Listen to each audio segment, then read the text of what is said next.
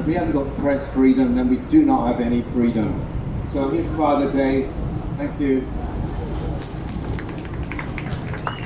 Thank you, Father.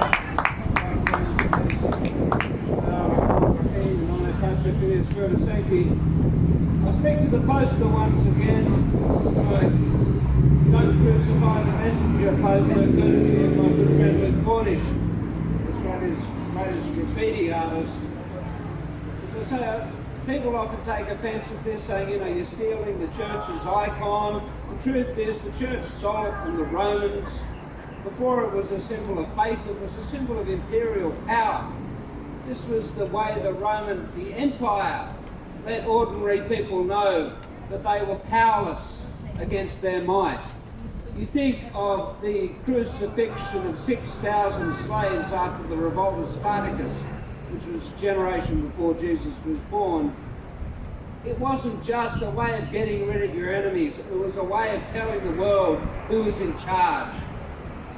You think you couldn't go out for a meal with your family, could you, walking across the Via Appia without seeing everywhere the tortured bodies of those who stood up against the empire? That was the message they were giving back then, and that's the message they're giving now with Julian.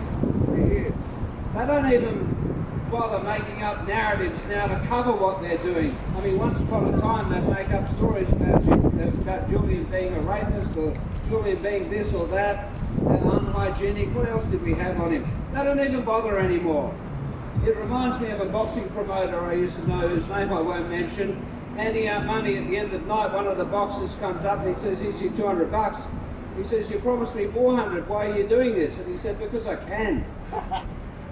And that's the reality now. Why is the empire still doing this to Julian? Because they can. They don't even try and put an ethical gloss on it anymore. They're torturing him because they can, and because it tells the rest of the world who's in charge.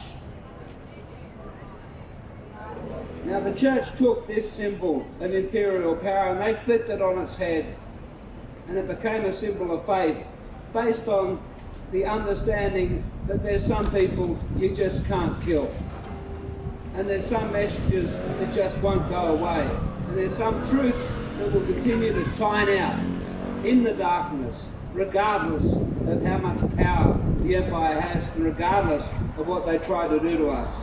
And the reality is, yes, Julian's been in prison for a long time and he continues to be tortured, but yes, we and people around the world will continue to speak out, because the truth which he is told will not go away.